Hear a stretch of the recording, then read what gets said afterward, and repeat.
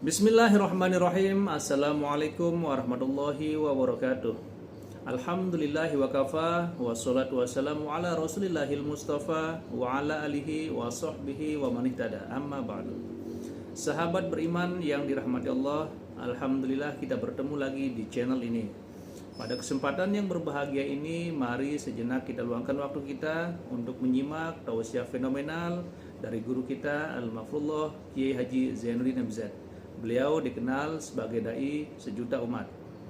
Berikut ini mari kita simak bersama isi tausiah beliau. Selamat mendengarkan. Walaupun menurut abjad kita ini umat paling belakang, karena paling belakang kita ini toh, karena Nabi Muhammad adalah Nabi akhir, tapi akan dihisab lebih dulu, lewat di atas sirat lebih dulu, masuk surga lebih dahulu ketimbang umat-umat belakangan. Ketika Rasul mendekati ajal, beliau tanyakan itu kepada malaikat Jibril. Malaikat Jibril berkata, Muhammad jangan khawatir, Allah sudah berjanji, inni haramtul jannata ala sairil anbiya hatta tadkhulaha anta wa haramtuha ala sairil umami hatta tadkhulaha ummatuka. Surga aku haramkan buat seluruh nabi kecuali kalau engkau Muhammad sudah masuk ke dalamnya, dan surga aku haramkan buat seluruh umat kecuali kalau umatmu Muhammad sudah masuk ke dalamnya. Logikanya, walaupun menurut abjad kita umat paling belakang, bakal dihisab paling dulu, lewat di atas sirat paling dulu, masuk surga paling dulu, kalau mampir ke neraka juga paling dulu. Ya resiko. Jangan mau enaknya aja paling dulu. Saudara hadirin yang saya hormati, setelah masa kebangkitan itu jangan dikira begitu bangkit langsung diperiksa, masih menunggu menanti ribuan tahun perhitungan padang mahsyar untuk sampai kepada proses yang disebut yaumul hisab, hari perhitungan. Seorang demi seorang bakal dipanggil. Bayangkan saja, kita se-RT saja di absen, kadang-kadang perlu waktu lama. Ini manusia sejak zaman Nabi Adam sampai datang hari kiamat, satu demi satu disidang di hadapan Qadhi Rabbul Jalil. Status sosial copot sudah waktu itu. Yang pernah jadi hartawan di situ tidak lagi kelihatan kehartawanannya. Yang pernah jadi jenderal tidak lagi dipanggil jenderalnya, yang ustadz tidak lagi dipanggil al-mukarramnya. Seluruh status sosial selesai. Dipanggillah kita seorang demi seorang menghadap Qadhi Rabbul Jalil. Bagaimana proses penghisaban itu? Pertama proses tanya jawab. Di antaranya ada hadis menyatakan, lan tazula qadama 'abdin yaumal qiyamah hatta yus'ala an arba'i khisalin. Besok di hari kiamat tidak akan bergeser telapak kaki seorang hamba sampai dia ditanya lebih dulu tentang 4 persoalan. Apabila datang kematian menimpa seseorang, datanglah kiamat baginya. Itu yang disebut dengan kiamat kecil.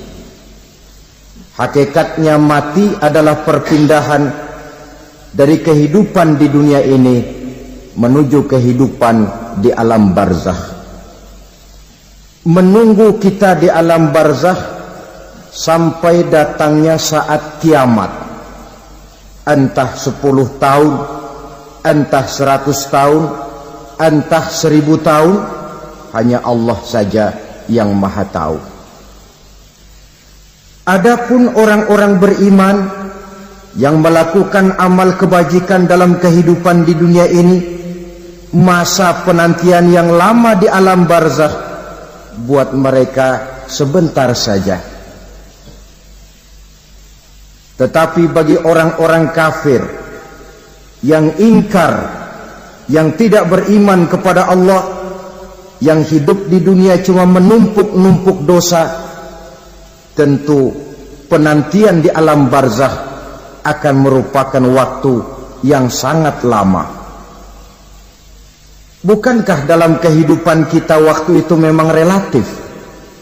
Contoh misalnya, bagi pemuda-pemudi yang sedang duduk asik memadu cinta, waktu 4-5 jam saja rasanya cuma 4-5 menit. Tenggelam oleh keasikan. Tapi buat orang yang berbaring di rumah sakit, meratap di balik-balik apa itu tembok derita kata lagu, di balik dinding-dinding penjara, sehari bagai seminggu, seminggu rasa sebulan, sebulan boleh jadi rasa setahun, penantian yang sangat lama. Kapan kiamat itu akan datang? Ini rahasia Allah. Jangankan kita yang orang awam, baginda Nabi sendiri tidak diberitahu oleh Allah kapan kiamat itu akan terjadi.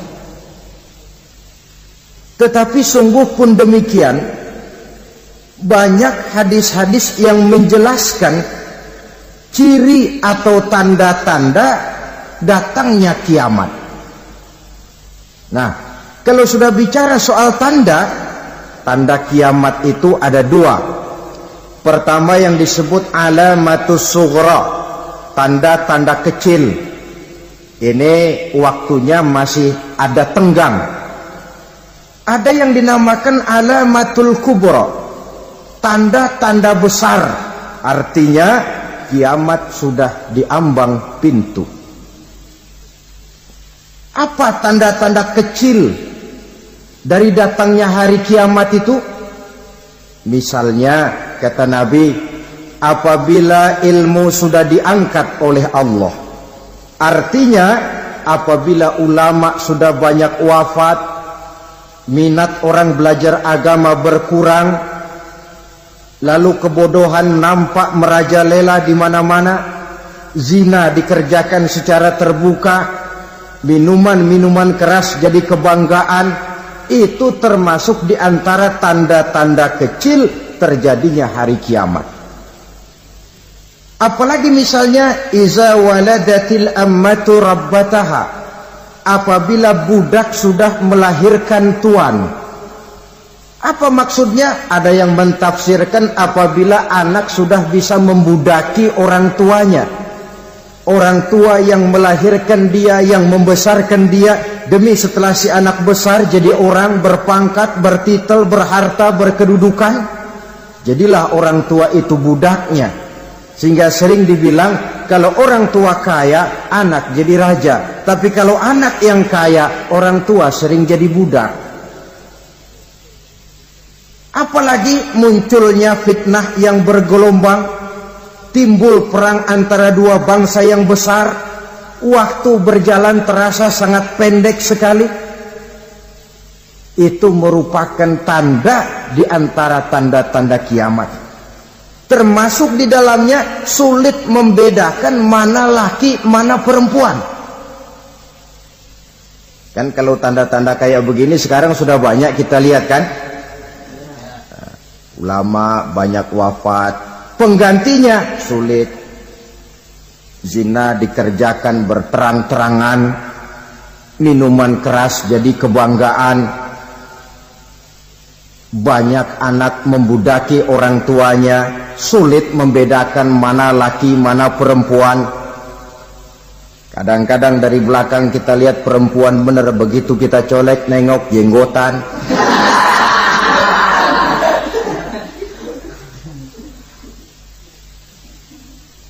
Ini termasuk tanda-tanda kecil, masih ada tenggang sampai akan terjadinya kiamat itu. Nah, yang dimaksud dengan tanda-tanda besar, ini tanda besar artinya kiamat sudah diambang pintu. Pertama, matahari terbit dari sebelah barat. Apabila matahari sudah terbit dari arah sebelah barat, tertutuplah sudah pintu taubat. Bersabda Nabi kita, la taqumus sa'atu hatta tatlu'a syamsu min maghribiha. Tidak akan datang hari kiamat sampai matahari terbit dari arah sebelah barat. Fa iza tala'at, manakala matahari telah terbit dari arah sebelah barat, wa ra'ahan nasu, manusia banyak menyaksikan itu, amanu ajma'un, mereka pun lalu beriman. Yang tadinya kafir, yang tadinya ingkar, yang tadinya membangkang, setelah melihat matahari terbit dari sebelah barat, buru-buru beriman, berlomba-lomba mengucap 2 kalimat syahadat. Tapi apa yang terjadi? Kata Nabi, wadzalika hina la yanfa'u nafsan imanuha lam takun amanat min qabl. Hari itu adalah hari yang iman sudah tidak berguna lagi bagi seseorang apabila sebelumnya memang dia tidak pernah beriman. Au kasabat fi imaniha khaira, atau beriman tetapi tidak pernah melakukan kebajikan di dalam keimanannya itu. Hari yang sudah kaset, hari yang sudah terlambat, beriman tidak akan ada gunanya lagi. Ini pelajaran buat kita. Sebelum sang surya terbit dari sebelah barat, sebelum nafas sampai di tenggorokan, artinya pintu taubat masih terbuka. Kalau 2 hal itu sudah terwujud, nafas sudah sampai di kerongkongan atau matahari sudah terbit dari arah sebelah barat, tertutuplah sudah pintu taubat. Tak ada lagi gunanya pangkat, jabatan, harta, bahkan beriman pun dalam suasana macam itu. Too late, kata orang Kulon. Sudah terlambat. Matahari terbit dari arah sebelah barat. Itu tanda besar, artinya kiamat sudah di ambang pintu. Lalu apalagi tanda besar? Munculnya Dajjal. Dajjal artinya pendusta-pendusta yang menyesatkan manusia. Ada 2 macam Dajjal, saudara. Ada Dajjal kecil. Ini Dajjal kelas teri. Kalau ini sejak zaman Rasulullah sudah ada itu. Tiap zaman ada. Di zaman Rasulullah misalnya ada yang bernama Aswad al-Unsi dari Yaman. Ada yang namanya Musailamah al-Kazzab dari Yamama. Ada yang namanya Ibnu Sayyad dari Madinah. Ini Dajjal di zaman Rasul. Musailamatul Kazzab memproklamirkan diri jadi nabi dia. Di zaman Rasul masih hidup. Ini Dajjal zaman Nabi. Di zaman sahabat muncul Dajjal. Di zaman kita sekarang ini Dajjal pun gentayangan. Dajjal kelas teri. Kerjanya mendustakan manusia, menyesatkan manusia, memalingkan manusia dari jalan yang benar dan diridhoi oleh Allah Subhanahu wa taala. Adapun yang merupakan tanda besar dari datangnya kiamat, Dajjal kelas kakap. Pembohong-pembohong besar yang menyesatkan masyarakat manusia berpaling dari jalan Allah mengikuti jalan mereka. Apa sih ciri Dajjal itu? Kata Nabi dalam hadis Bukhari Muslim, Innad Dajjala, sesungguhnya yang namanya Dajjal itu yakhruju, satu saat akan muncul mendekati hari kiamat. Wa inna ma'ahu ma'an, si Dajjal ini membawa air. Wa naran, dan juga membawa api. 2 simbol. Di tangan yang satu dia bawa air, di tangan yang satu dia bawa api. Wa ammal ladzi yarahu an-nasu ma'an fanarun, adapun yang orang banyak lihat air, hakikatnya adalah api. Yang dilihat api, hakikatnya adalah air. Oleh sebab itu, kalau api yang ditawarkan, ambillah air. Kalau air yang ditawarkan, pilihlah api. Maksudnya apa ini? Ini bahasa simbol, saudara-saudara. Dajjal bicaranya seolah-olah untuk kepentingan manusia, menawarkan surga. Surga yang dia tawarkan hakikatnya neraka.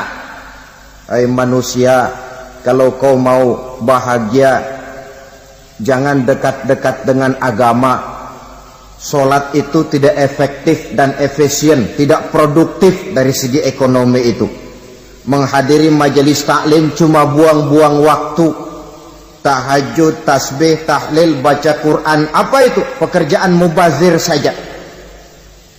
Hidup ini cuma sekali, masa yang cuma sekali, manfaatkan dengan sebaik-baiknya. Mumpung, dibawanya sifat mumpung tetapi dalam pengertian yang sangat negatif. Bicaranya seolah-olah untuk kepentingan manusia, tetapi sebenarnya menjerumuskan manusia. Menawarkan air, tapi sebenarnya api. Menawarkan api, tapi hakikatnya air. Buat apa kamu sholat? Buat apa kamu bayar zakat? Buat apa kamu puasa? Surga yang dicanangkan Dajjal, hakikatnya neraka. Neraka yang digambarkan Dajjal pada dasarnya adalah surga. Jadi memutarbalikan fakta itu kerjaan Dajjal. Yang hak jadi batil, yang batil dibilang hak, yang benar jadi salah, yang salah malah jadi benar. Tuntunan disuruh jadi tontonan, tontonan malah menjadi tuntunan. Itu pekerjaan Dajjal profesinya. Zamannya Nabi Adam, Dajjalnya kan iblis. Betul? Betul. Apa sih gang kerayuan iblis itu? Allah setelah menciptakan Nabi Adam kan bilang, Adam, kau dan istrimu Hawa tinggal di surga ini. Seluruh fasilitas yang ada di surga persilahkan kau nikmati. Satu yang tidak boleh, jangan coba-coba dekati pohon khuldi. Dekat saja jangan, apalagi sampai memetiknya. Datang Dajjal yang namanya iblis ini. Adam, kamu tahu nggak kenapa tidak boleh makan buah khuldi? Ya nggak tahu, pokoknya saya dilarang. Bodoh kamu Dam. Khuldun artinya kekal. Kalau kamu makan itu buah, kau akan kekal di surga buat selamanya. Allah tidak kepengen, maka dilarang kamu makan buah khuldi. Kalau kau ingin kekal di surga Adam, makan saja. Saya bicara begini ini untuk kepentingan kamu Adam. Ini kan ciri-ciri Dajjal. Bicaranya sih seolah-olah untuk kepentingan Nabi Adam, hakikat sebenarnya menjerumuskan Nabi Adam supaya ingkar dan melanggar larangan dari Allah Subhanahu wa ta'ala.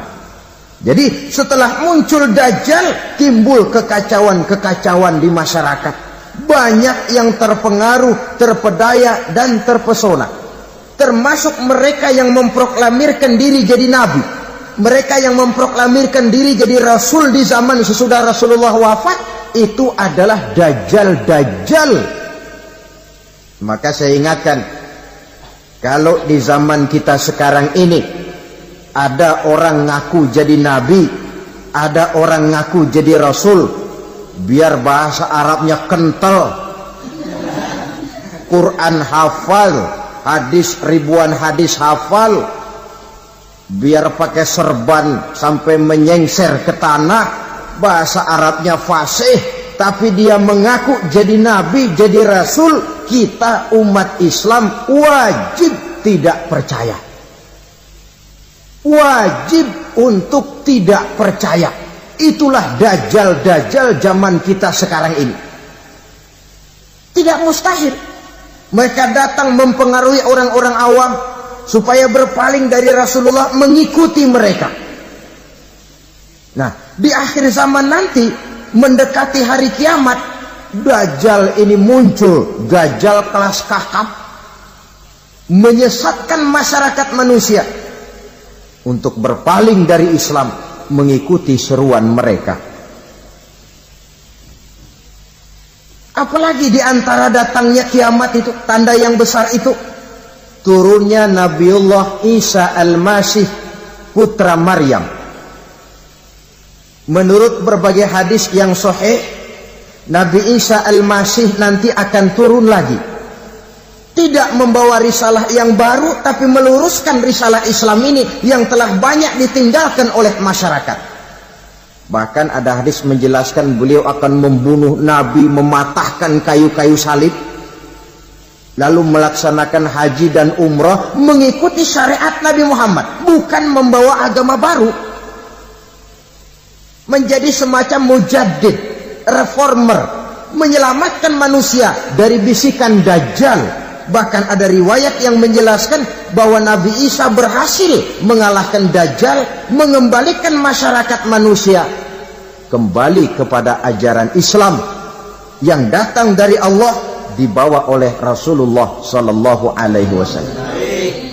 Dengan kata lain, turunnya Nabi Isa bukan sebagai Nabi dan Rasul baru, tetapi mengikuti syariat Nabi kita Muhammad Sallallahu Alaihi Wasallam. Saudara hadirin, ibu-ibu hadirat yang saya hormati, kemudian apalagi di antara tanda-tanda besar akan datangnya kiamat itu? Keluarnya asap atau awan. Kata Nabi, inna min asrati sa'ah dukhanan yamla'u ma bainal masyriqi wal maghrib. Di antara tanda-tanda kiamat munculnya awan atau asap yang memenuhi antara langit dan bumi. Ini pun diperkuat dalam surah Ad-Dukhan ayat 10. Fartaqib yauma ta'ti as-sama' bidukhanin mubin fayughshan nas hadza azabun alim. Bagi orang-orang yang beriman, mereka biasa-biasa saja, tapi bagi orang kufur, datangnya asap dan awan ini merupakan azab yang kelewat pedih. Barangkali sedikit mendekati gambaran tentang azab yang pedih ini, saya ingatkan alam pikiran kita kepada peristiwa yang belum lama terjadi. Pernah dengar berita bocornya reaktor nuklir di Chernobyl, Uni Soviet? Pernah dengar? Nah. Bocornya reaktor nuklir di Chernobyl yang mengakibatkan ratusan bahkan sangat mungkin ribuan nyawa. Cuma satu reaktor. Bagaimana kalau seluruh cadangan nuklir yang dimiliki oleh para negara adikuasa ini diledakkan? Bahkan yang konon menurut catatan, cadangan nuklir yang dimiliki bersama oleh Amerika dan Rusia sekarang ini sudah sanggup memusnahkan 6 miliar manusia. 1,5 kali lebih banyak dari jumlah manusia yang nongkrong di permukaan bumi ini. Saudara-saudara hadirin yang saya hormati, lalu saat mendekati hari kiamat, apalagi tandanya? Setelah Nabi Isa wafat, pada saat turunnya yang kedua kali, lalu Allah meniupkan angin sejuk. Semua orang-orang beriman, orang-orang baik wafat, sehingga penghuni bumi ini cuma tinggal lagi terdiri dari orang-orang kafir. Tidak ada lagi di bumi ini yang bisa mengucapkan Allah. Sehingga dalam hadis qudsi itu ada keterangan, innallaha azza wa jalla yaqulu li Israfil. Allah pernah pesan kepada malaikat Israfil. Kata Allah, Israfil, iza sami'ta qailan yaqul Allah Allah fa akhirin nafakh 40 sanatan ikraman liqailiha. Hai Israfil, apabila kau dengar di permukaan bumi masih banyak orang yang mengucapkan Allah Allah, maka tunda sangkakala kiamat itu 40 tahun.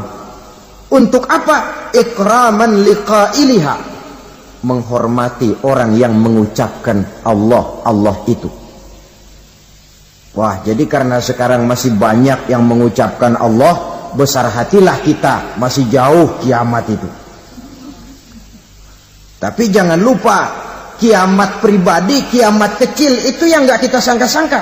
Ajal datang mencabut nyawa, itu kiamat pribadi, Dan itu yang pasti kita hadapi, dan itu yang membuat kita tidak boleh bersikap main-main di dalam kehidupan sekarang ini. Saudara hadirin yang saya hormati, tidak ada lagi orang-orang muslim. Seluruh penduduk dunia ini kafir. Lalu terciptalah struktur sosial yang berlandaskan prinsip hidup semau gue. Bakal terjadilah prinsip di mana yang kaya menyantap yang miskin, yang kuat menindas yang lemah. Hidup sudah bagaikan di rimba belantara. Berlaku hukum rimba. Siapa yang kuat dia yang menang, siapa yang lemah menjadi mangsa. Timbul kekacauan, maksiat merajalela, munkarat menjadi-jadi. Sehingga isi bumi ini penuh dengan segala macam perbuatan dosa. Tidak ada perlunya lagi alam diperpanjang temponya. Datang saat yang sudah dijanjikan oleh Allah Azza wa Jalla, maka terjadilah yang disebut kiamat kubra, kiamat besar, kiamat hancur-hancuran. Bagaimana kejadian ini dimulai? Dalam surah Az-Zumar ayat 68, Allah Subhanahu wa taala berfirman, "Wa nufikha fis-suri fasa'iqa man fis samawati wa man fil ardi illa man sya'allahu." Maka manakala ditiuplah sangkakala, terkejutlah seluruh yang ada di langit dan seluruh yang ada di bumi. Bila saat kiamat datang, Allah perintah malaikat Israfil, Israfil, tiup sangkakalamu. Ditiuplah sangkakala oleh malaikat Israfil. Yang akibat daripada tiupan itu, seluruh yang ada di langit, seluruh yang ada di permukaan bumi terkejut. Yang ada di langit siapa? Malaikat kan. Bayangin aja kalau malaikat kaget, apalagi kita. Terkejut seluruh makhluk yang ada di bumi, yang ada di langit mendengar suara sangkakala itu. Bunyinya tidak sanggup kita bayangkan dahsyatnya. Ledakan nuklir, ledakan neutron, belum apa-apa ketimbang bunyi sangkakala malaikat Israfil ini. Nah, lalu mendengar bunyi sangkakala ini, gemparlah makhluk, kacaulah alam. Bumi gempa, planet-planet bertabrakan, gunung meletus, air laut tumpah ke darat, angin topan bertiup, halilintar menyambar. Lalu semua yang bernama hidup mati total. Mati bareng tanpa persiapan. La haula wa la quwata illa billah. Saya kadang-kadang dalam tafakur bermohon, ya Allah, mudah-mudahan saya enggak nemuin kiamat beneran. Ngeri. Tidak bisa kita bayangkan macam apa suasana seperti itu. Allah saja banyak memberikan gambaran, misalnya Al-Qari'ah, wa mal qari'ah, wa ma adraka mal qari'ah. Kejadian yang menggemparkan. Tahukah kamu apa kejadian yang menggemparkan itu? Yauma yakunun nasu kal farasil mabsus wa takunul jibalu kal ihnil manfus. Pada saat itu manusia berterbangan bagai kupu-kupu. Gunung berterbangan seperti kapas ditiup angin. Gunung saja macam kapas, konon lagi manusia. Kematian total, mulai semut sampai gajah mati, jin mati, iblis mati, malaikat mati. Malaikat saja mati. Saudara hadirin yang saya hormati, kematian total yang tanpa persiapan. Orang bilang, Pak, kalau mati bareng begitu yang repot malaikat maut dong ya. Cabut sana, cabut sini. Itu kalau menurut logika kita, mestinya begitu menurut logika. Tapi logika juga yang bilang nggak perlu serepot itu. Sebab untuk mematikan listrik di wilayah DKI, di wilayah Jakarta, nggak perlu tiap rumah didatengin matiin, ya lama. Cukup dari kantor pusatnya saja PLN, tekan satu tombol, gelaplah seluruh Jakarta. Saudara hadirin yang saya hormati, kematian total. Lalu setelah kematian total, planet-planet juga mati, dalam arti tidak bergerak dan beredar. Angin mati, dalam arti tidak bertiup. Air mati, dalam arti tidak ada riak gelombang. Pokoknya semua mati. Kullu nafsin za'iqatul maut, semua yang bernafas mati. Dalam ayat lain, kullu man 'alaiha fan, semua yang ada di permukaan bumi fana. Yang kekal cuma Allah Subhanahu wa ta'ala. Yang paling belakang mati malaikat maut dan malaikat Israfil.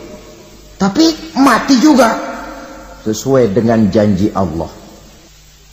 Menurut hadis Bukhari Muslim dari Abi Hurairah, masa tenggang waktu antara kematian total pada tiupan sangkakala pertama dengan proses kebangkitan pada tiupan sangkakala kedua 40 lamanya. Tidak dijelaskan oleh Abi Hurairah 40 jam, apa 40 hari, apa 40 tahun. Hadis-hadis cuma menyebutkan 40 saja. Sunyi alam, yang tinggal cuma Allah saja lagi. Ketika itu Allah berseru-seru, katanya, limanil mulkul yauma, siapa para penguasa hari ini? Mana itu raja-raja dan penguasa yang dulu mengaku jadi Tuhan? Fir'aun, mana Fir'aun sekarang? Yang dulu jadi raja, merasa berhasil, sombong, lalu tidak mau turun-turun dari kekuasaannya, sampai kepada puncak kekurang ajarannya mengangkat diri jadi Tuhan. Mana itu Fir'aun?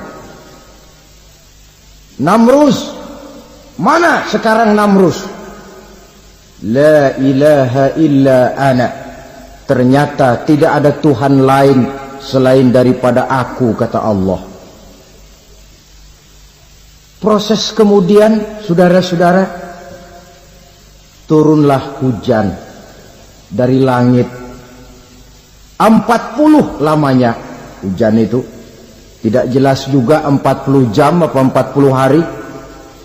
Setelah air turun membasahi, datanglah tiupan sangkakala yang kedua. Semua yang bernama mati bangkit dari kuburnya masing-masing. Ini yang disebut Yaumul Ba'thi, hari kebangkitan. Allahu Akbar. Pada saat kita bangkit dari kubur kita masing-masing, kumpul di padang mahsyar namanya. Bayangin aja, saya sendiri nggak sanggup bayangin. Manusia sejak zaman Adam sampai zaman kiamat kumpul bareng di tempat sama. Berapa banyaknya itu?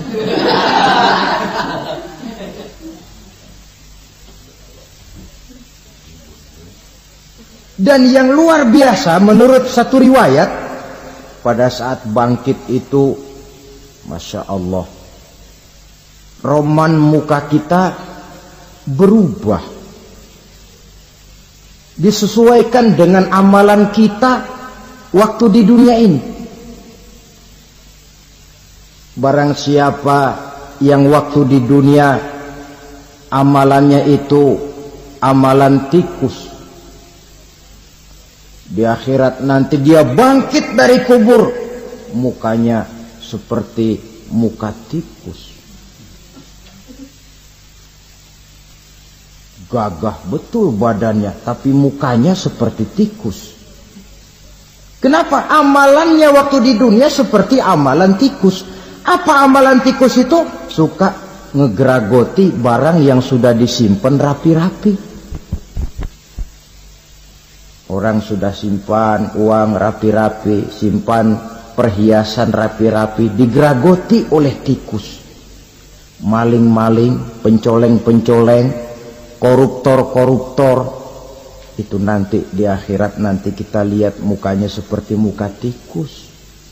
Oh ini waktu di dunia suka nyolong, mukanya seperti muka tikus. Barang siapa yang waktu di dunia ini amalannya itu amalan macan, dia akan bangkit nanti mukanya seperti muka macan. Apa amalan macan? Macan itu amalannya menang-menangan. Orang yang mau menang saja nggak mau mengalah. Coba lihat di hutan. Kenal hutan nggak? Nah. Di hutan, raja hutan di mana-mana pasti macan. Betul kan? Betul. Padahal hutan belum pernah bikin pemilihan umum. Tapi macan tidak peduli ada pemilihan umum apa tidak, pokok saya raja. Sebab apa? Macan jadi raja itu bukan karena benar, tapi karena kuat jadi raja. Setelah dia jadi raja, rakyat hutan yang mesti dilindungi malah dimakan oleh raja macan. Kambing rakyat hutan dimakan oleh macan. Ayam rakyat hutan dimakan oleh macan. Itu nanti kita lihat di akhirat itu mukanya seperti muka macan, gagah betul. Lalu barang siapa yang di dunia ini amalannya itu seperti amalan anjing, nanti dia punya muka seperti muka anjing. Apa amalan anjing? Pertama, anjing itu kalau disuruh jaga rumah dia tidak bisa membedakan mana maling mana tamu. Biar yang datang maling kalau bawa tulang, anjing kalem. Yang kedua, anjing itu akan setia kepada siapa saja yang memberinya roti. Siapa yang memberinya roti, itulah majikannya. Apa kata majikannya, pasti dia laksanakan. Soal benar atau salah, dia tidak peduli. Setelah anjing dapat roti, dia tidak punya pilihan lain kecuali bilang, abdi mah kumaha juragan wae ayeuna mah.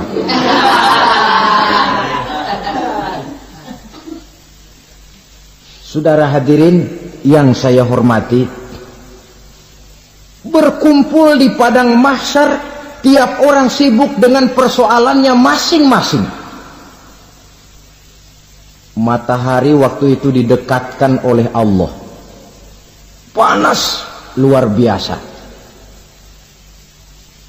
Ada yang saking panasnya itu mencucurkan peluh keringat sampai sebatas mata kakinya. Ada yang keringatnya sampai sedengkulnya. Ada yang keringatnya sampai sepusatnya. Ada yang keringatnya mengalir sampai sebahunya. Ada yang kelelap oleh keringatnya sendiri, sementara orang di sampingnya nggak apa-apa. Bergantung lagi amalan dia waktu di dunia ini. Saudara-saudara, sebagian orang dalam kepanikan padang mahsyar berombong-rombong datang mereka menghadap Nabi Adam. Ya Adam, anta abal bashar. Hai Adam, Tuhan adalah bapak moyang manusia. Kami sebentar lagi akan disidang, dimintakan pertanggungan jawab. Tolonglah kami, hai Adam. Kata Nabi Adam, jangankan nolongin sampean, saya sendiri tanggung jawab di hadapan Allah. Ketika dulu tidak boleh makan khuldi, saya serobot. Sudahlah, urus diri masing-masing saja, nafsi-nafsi. Begitu kata Nabi Nuh, begitu kata Nabi Ibrahim. Tiap orang bertanggung jawab sendiri-sendiri. Ketika itulah saudara-saudara, nikmatnya menjadi umat Nabi besar Muhammad sallallahu alaihi wasallam. Sebab apa? Walaupun menurut abjad kita ini umat paling belakang, karena paling belakang kita ini toh, karena Nabi Muhammad adalah Nabi akhir. tapi akan dihisab lebih dulu, lewat di atas sirat lebih dulu, masuk surga lebih dahulu ketimbang umat-umat belakangan. Ketika Rasul mendekati ajal, beliau tanyakan itu kepada malaikat Jibril. Malaikat Jibril berkata, Muhammad, jangan khawatir, Allah sudah berjanji, inni haramtul jannata ala sairil anbiya hatta tadkhulaha anta, wa haramtuha ala sairil umami hatta tadkhulaha ummatuka. Surga aku haramkan buat seluruh nabi kecuali kalau engkau Muhammad sudah masuk ke dalamnya, dan surga aku haramkan buat seluruh umat kecuali kalau umatmu Muhammad sudah masuk ke dalamnya. Logikanya, walaupun menurut abjad kita umat paling belakang, bakal dihisab paling dulu, lewat di atas sirat paling dulu, masuk surga paling dulu, kalau mampir ke neraka juga paling dulu. Ya resiko. Jangan mau enaknya aja paling dulu. Saudara hadirin yang saya hormati, setelah masa kebangkitan itu jangan dikira begitu bangkit langsung diperiksa, masih menunggu menanti ribuan tahun perhitungan padang mahsyar untuk sampai kepada proses yang disebut yaumul hisab, hari perhitungan. Seorang demi seorang bakal dipanggil. Bayangkan saja, kita se-RT saja di absen, kadang-kadang perlu waktu lama. Ini manusia sejak zaman Nabi Adam sampai datang hari kiamat, satu demi satu disidang di hadapan Qadhi Rabbul Jalil. Status sosial copot sudah waktu itu. Yang pernah jadi hartawan di situ tidak lagi kelihatan kehartawanannya. Yang pernah jadi jenderal tidak lagi dipanggil jenderalnya. Yang ustadz tidak lagi dipanggil al-mukarramnya. Seluruh status sosial selesai. Dipanggillah kita seorang demi seorang menghadap Qadhi Rabbul Jalil. Bagaimana proses penghisaban itu? Pertama, proses tanya jawab. Di antaranya ada hadis menyatakan, lan tazula qadama 'abdin yaumal qiyamah hatta yus'ala an arba'i khisalin. Besok di hari kiamat tidak akan bergeser telapak kaki seorang hamba sampai dia ditanya lebih dulu tentang 4 persoalan. Tentang ilmunya, kemana ilmu itu diamalkan. Tentang umurnya, di mana umur itu dihabiskan. Tentang masa mudanya, kemana masa muda itu dipakai. Tentang hartanya, dari mana harta itu didapat dan kemana harta itu dibelanjakan. Ini termasuk proses tanya jawab. Jadi kalau istilah pengadilan dunia, nama Fulan bin Fulan. Kamu waktu di dunia diberikan umur panjang untuk apa? Pernah mengalami masa muda, kemana kau habiskan masa remajamu? Kau diamanahkan ilmu, dengan apa ilmumu kau amalkan? Kau diberikan harta, dari mana harta kau dapat, kemana kau belanjakan? Tak seorang pun yang bisa mungkir. Sebab apa? Dikala itu yang menjadi saksi bukan orang. Yang menjadi saksi adalah seluruh anggota badan kita. Tangan bicara, kaki jadi saksi terhadap seluruh amalan yang pernah kita kerjakan pada saat kehidupan di alam dunia ini. Selesai proses tanya jawab, lalu diperlihatkan buku catatan kita waktu hidup di dunia ini. Jangan lupa, Allah itu menyiapkan 2 superkomputer kepada kita.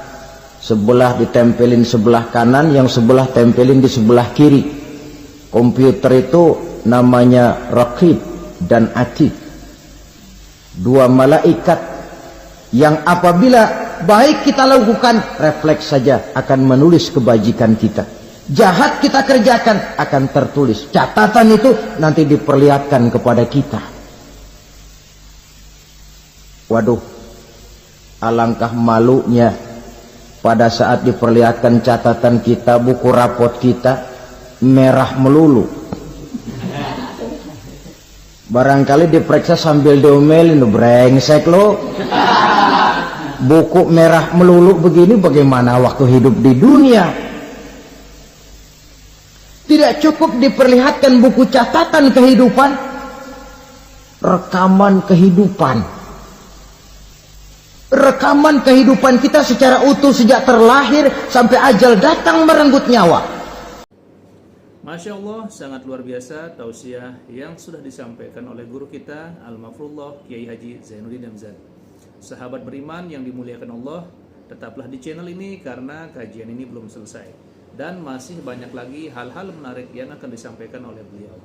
Mari kita lanjutkan kembali. Selamat mendengarkan. Barangkali mirip dengan video sekarang ini, di mana terekam dengan baik seluruh kegiatan kita sejak yang sekecil-kecilnya sampai kepada yang sebesar-besarnya. Untuk kemudian kita pun menerima balasan. In khairan fa khairun wa in syarran fa syarrun. Kalau baik ya baik balasannya, kalau jahat ya jahat juga balasannya. Catatan-catatan kita diberikan. Kalau banyak kebajikannya diberikan di tangan kanan dengan cara yang halus. Kalau banyak kejahatannya diberikan dari sebelah kiri atau dilempar dari belakang. Itulah sebabnya sejak di dunia ini kita sudah mohon kepada Allah. Ketika berwudu membasuh tangan kanan, apa kita bilang? Allahumma a'tini kitabi biyamini wa hasibni hisaban yasira. Ya Allah, berikan saya kitab di tangan kanan, dan kalau saya memang perlu dihisap, hisaplah saya yang seringan-ringannya. Tangan kiri berlindung kita kepada Allah, jangan sampai diberikan kitab di tangan kiri atau dari arah sebelah belakang. Wa a'udzubika an tu'tiya kitabi bishimali aw min wara'i zuhri, dari arah sebelah belakang. Na'udzubillah min dzalik. Setelah selesai lewat proses penghisaban, lewat mizan, timbangan, maka yang sudah selesai dihisab itu bergeraklah menuju sirat, jembatan yang terbentang menuju surga melalui neraka. Saudara-saudara, panjangnya perjalanan sirat itu memakan waktu ratusan tahun. Tetapi orang yang lewat di atas sirat pun macam-macam bergantung amalannya ketika di dunia ini. Ada yang lewat di atas sirat itu kalbarkil khatib, seperti kilat yang menyambar, lep, sudah sampai dia di surga. Cepat bukan main. Ada yang lewat di atas sirat itu seperti orang lari-lari. Ada yang lewat di atas sirat itu seperti orang jalan biasa. Ada yang sambil merangkak, ada yang sambil ngesor, ada yang sambil gelayutan. Ada yang selamat sampai ke ujung ke surga, ada yang tergelincir jatuh masuk ke dalam neraka, bergantung amalannya dalam kehidupan di dunia sekarang ini. Tiap kita akan melewati yang namanya sirat ini. Saudara-saudara kaum muslimin yang saya hormati, dengan demikian mereka yang selamat melalui sirat sampai ke terminal akhir surga, mereka yang ketika dihisab ternyata banyak kejahatannya daripada kebaikannya, mereka singgah di dalam neraka.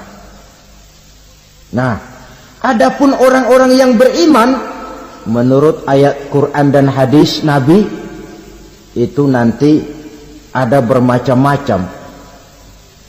Ada orang beriman itu yang dimasukkan surga. Ada orang beriman itu yang dimasukkan ke dalam surga. Ada orang beriman itu yang disebut penduduk surga. Kenapa lain-lain, Pak? Karena waktu di dunia amalannya juga lain-lain. ada orang beriman yang masuk surga. Ini paling murah tiketnya. Mau masuk surga? Kata Nabi begini, ma min abdin qala la ilaha illallah thumma mata ala dhalik illa dakhala al-jannah. Kalau seorang hamba sudah mengucap 2 kalimat syahadat, dia yakin dengan kebenaran kalimat itu sampai matinya, orang itu akan masuk surga. Abi Dzar yang waktu itu diajak bicara heran, ya Rasul kok gampang betul? Iya, walaupun orang itu mencuri, iya, walaupun orang itu berzina, iya. Biar dia mencuri, biar dia berzina, kalau dia sudah mengucap 2 kalimat syahadat, dia yakin dengan kebenaran kalimat itu sampai matinya, itu orang akan masuk surga. Jadi masuk surga cukup 2 kalimat syahadat, yakin sampai mati, masuk surga. Itu perkara masuk. Tapi kalau pertanyaannya diterusin, masuknya kapan Pak? Nah, ini lain lagi urusannya. Sebab ada yang masuknya itu langsung, ada yang mampir dulu. Di sana tempat cuma 2. Kalau tidak surga, neraka. Mau ke surga, tapi mampir dulu. Yang mampirnya jelas di neraka. Kenapa? Dalam hadis qudsi ada riwayat, nanti itu di akhirat, setelah Allah selesai mengatur penduduk surga masuk surga, yang neraka masuk neraka, Allah berkata kepada malaikat Malik, malaikat Malik, labaik ya Allah, itu bajingan-bajingan tengik, manusia-manusia durjana yang waktu di dunia tidak mau sujud, jauh dari ulama, gemar melakukan yang munkarat dan maksiat, hidup di tengah masyarakat selalu jadi bibit keonaran, kufur, sudah masuk neraka semua. Sudah ya Allah. Nah, kalau sudah, coba sekarang kamu masuk Malik. Saya, iya, masuk neraka. Mau apa ya Allah? Kata Allah, akhriju minan nar man kana fi qalbihi misqala habatin min khardalin min iman. Kau masuk neraka, cari di dalam neraka orang-orang yang ada imannya walaupun kecil sebesar biji zarah, angkat mereka keluar. Masuk malaikat Malik ke neraka, cari orang yang ada imannya, korek-korek. Ya repot, udah pada gosong.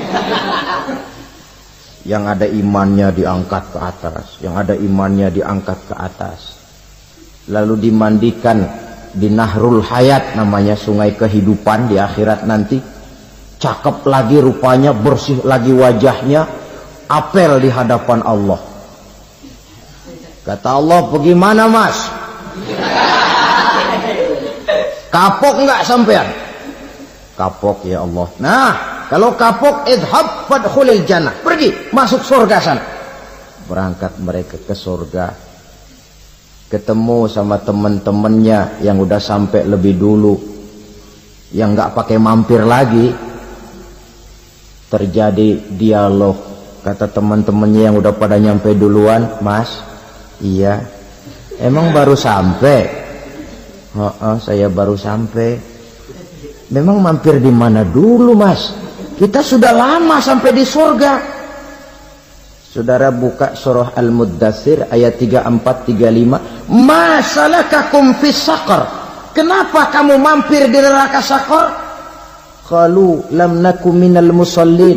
Mereka menjawab, kami mampir di neraka Saqar Mas, gara-gara dulunya kami waktu di dunia tidak pernah sholat. Tidak pernah sholat? Tidak pernah. Kan rumahnya dekat masjid, cuma dekat doang Mas. Sholat mah enggak saya. Enggak pernah ngasih makan fakir miskin, enggak pernah hadir di majelis taklim, pendeknya enggak pernah melakukan kebajikan. Maka saya pun mampir di neraka Saqar. Untung betul saya punya iman Mas, sedikit. Waktu hidup di dunia dulu saya pernah mengucap 2 kalimat syahadat. Sekali-kalinya waktu mau kawin. Masya Allah. Untung saja kawin, kalau nggak kawin polos.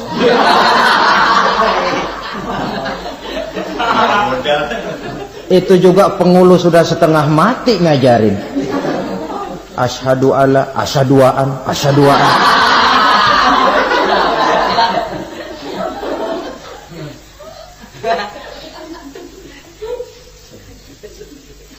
Ini namanya masuk surga, ada mampir dulu. Ada pula orang mukmin itu yang dimasukkan surga. Namanya dimasukkan kan terima beres. Saya masuk ke rumah, jalan sendiri, cari tempat sendiri. Saya dimasukkan ke dalam rumah, terima beres. Pokok ada di dalam, itu dimasukkan namanya. Nggak pakai mampir. Tapi tentu tiketnya lebih mahal ketimbang yang pertama tadi. Apa kata Allah? Innal ladzina amanu wa amilus salihat la ukaffiranna anhum sayyi'atihim wa la udkhilannahum jannah. Sesungguhnya orang-orang yang beriman kemudian beramal soleh, kami hapuskan segala dosa dan kesalahannya, kami masukkan mereka ke dalam surga. Lihat ayatnya, Allah yang memasukkan, kita yang dimasukkan. Tidak pakai transit, tidak usah mampir. Cuma tidak cukup syahadat, tidak cukup amanu, tapi diiringi dengan wa amilus salih. Iman, amal. Tidak cukup syahadat, lalu dibuktikan dia sholat, dia zakat, puasa, lalu dia melakukan berbagai macam kebajikan. Ini yang menyebabkan dia tidak pakai mampir di tempat yang bernama sakor. Lalu ada pula orang mukmin itu yang disebut penduduk surga. Wah, ini sudah VIP ini. Ashabul jannah, penduduk surga. Siapa mereka? Kata Allah, innal ladzina amanu summa istaqamu fala khaufun 'alaihim wala hum yahzanun ulaika ashabul jannah hum fiha khalidun. Sesungguhnya orang-orang yang beriman lalu istiqamah, tetap dalam melaksanakan perintah Allah, tidak goyah, tidak labil tapi stabil, istiqamah, mereka tidak takut dan tidak bersedih hati. Merekalah penduduk surga. Iman, istiqamah. Tidak punya duit, sembahyang. Banyak duit, sembahyang. Miskin, sembahyang. Kaya, tetap sembahyang. Istiqomah. Kadang orang kalau susah rajin ke masjid, banyak duitnya ngelihat masjid melengos. Itu yang dibilang waktu miskin hamba Allah, setelah kaya jadi hamba harta. Bergeser, tidak ada nilai istiqomahnya. Saudara-saudara, dengan begitu penduduk neraka itu dua. Ada penduduk permanen, ada penduduk yang semi permanen. Yang semi permanen orang-orang beriman yang mempunyai dosa besar. Mereka masuk ke neraka untuk menerima azab sesuai dengan dosanya. Bila selesai masa azab itu, mereka akan diangkat untuk ditempatkan kembali ke dalam surganya Allah Subhanahu wa ta'ala. Nah, dikala itulah saudara-saudara, ada yang disebut syafaat dari Rasulullah Sallallahu Alaihi Wasallam. Tapi tentu jangan lupa, syafaat ini ibarat kain menambal dia. Kita punya kain bolong-bolong sedikit, syafaat yang menambal. Solat kita ada kurang dikit, sedekah kita ada campur riak dikit, amalan kita ada tidak karena Allah dikit, kita berharap syafaat. Jadi biarlah kain masih bolong-bolong, yang penting punya kain. Tapi kalau kainnya tidak ada, yang ditambal apanya? Sholat tidak, puasa tidak, zakat tidak, berharap syafaat saja, ya, terlalu berlebihan itu. Saudara hadirin yang saya hormati, apabila selesai proses penghisaban, proses penghitungan, maka dikala itulah manusia terbagi dalam dua kelompok besar. Fariqun fil jannah wa fariqun fis sa'ir. Sekelompok orang-orang beruntung yang masuk ke dalam surga, dan sekelompok lagi masuk ke dalam neraka. akan memakan waktu untuk menceritakan sifat surga dan neraka, tapi insya Allah pada kesempatan pertemuan lain saya sampaikan. Namun sebagai gambaran umum cukuplah saya sampaikan sebuah hadis qudsi. Allah jelaskan, a'dadtu li'ibadiyas salihin ma la aynun ra'at wa la uzunun sami'at wa la khatara fi qalbil bashar. Aku sediakan buat hamba-hambaku yang soleh, yang tidak pernah terlihat oleh mata, tidak pernah terdengar oleh telinga, dan belum pernah terdetik dalam hati manusia.